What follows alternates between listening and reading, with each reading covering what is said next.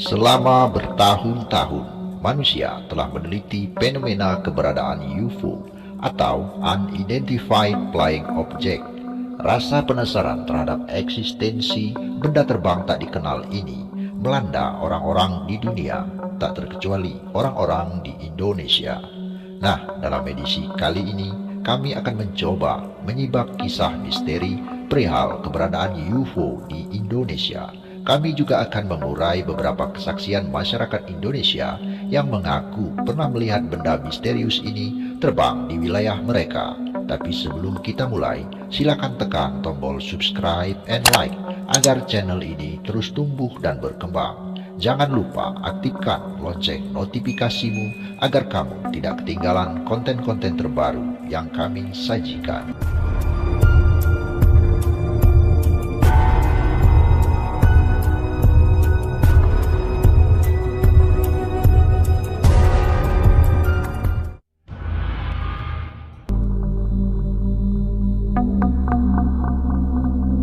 Sejak lama, manusia berpikir bahwa di antara bintang-bintang ada sebuah kehidupan yang lain. Tinggal masalah waktu bagi manusia untuk mendatangi atau didatangi oleh mereka. Keyakinan ini pun turut merambah ke orang-orang di Indonesia. Fenomena kemunculan UFO pertama kali di Indonesia dilaporkan pada awal Juli tahun 1959. Saat itu penduduk Kepulauan Alor geger setelah munculnya kawanan manusia ajaib. Tinggi mereka rata-rata 1,8 meter, berkulit merah, berpakaian biru tua lengan panjang, dengan tangan menggenggam tongkat dari logam. Di Pulau Pantar, 6 manusia ajaib itu bahkan memeriksa rumah-rumah penduduk yang ketakutan dan menculik seorang anak berusia 6 tahun. Anak itu berhasil ditemukan, tapi tak bisa mengingat apapun yang terjadi.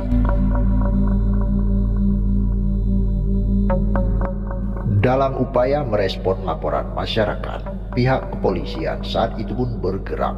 Mereka bertugas menangkap orang-orang aneh yang dilaporkan masyarakat Kepulauan Alor.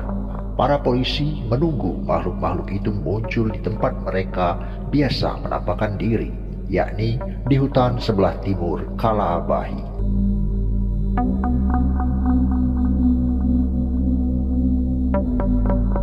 Tepat tengah malam, kawanan manusia ajaib itu betul-betul muncul dan mendekat.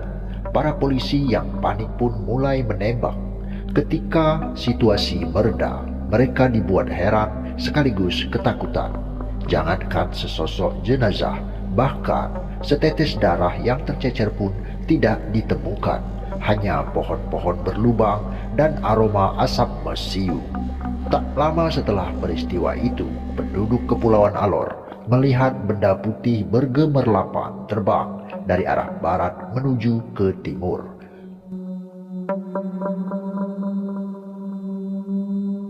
Kasus UFO di Kepulauan Alor ini konon cukup banyak saksi. Namun kesaksian-kesaksian tersebut tetap patut dikritisi sebab seperti kisah-kisah UFO yang lain di berbagai penjuru bumi, jejak singgah UFO di Kepulauan Alor ini masih sangat minim bukti.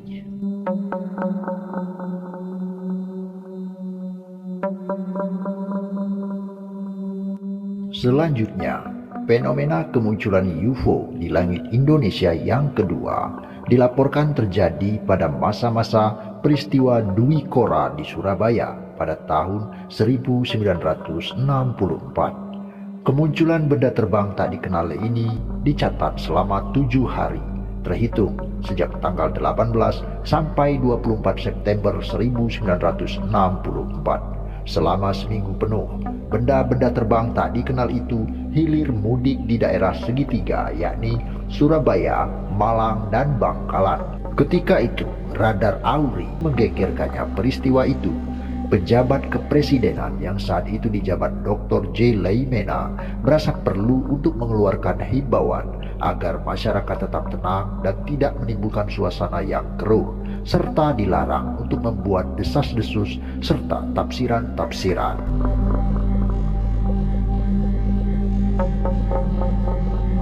Sebenarnya, selain dua peristiwa besar itu, banyak sekali data-data mengenai penampakan UFO di langit Indonesia.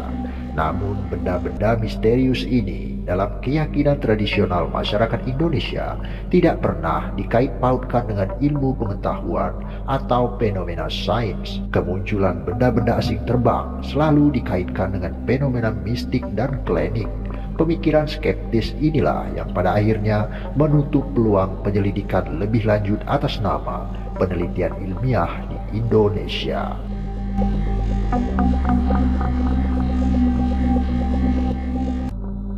Nah, demikianlah sekelumit kisah perihal penampakan UFO di langit Indonesia.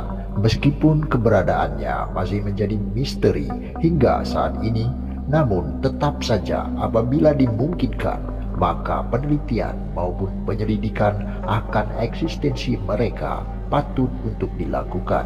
Sebab bagaimanapun juga keberadaan mereka bisa saja mengancam kedamaian hidup umat manusia, atau jika keberadaan mereka hanya sekadar mitos, setidaknya hal tersebut dapat menjadi motivasi dan inspirasi bagi umat manusia untuk terus mempelajari sains dan teknologi.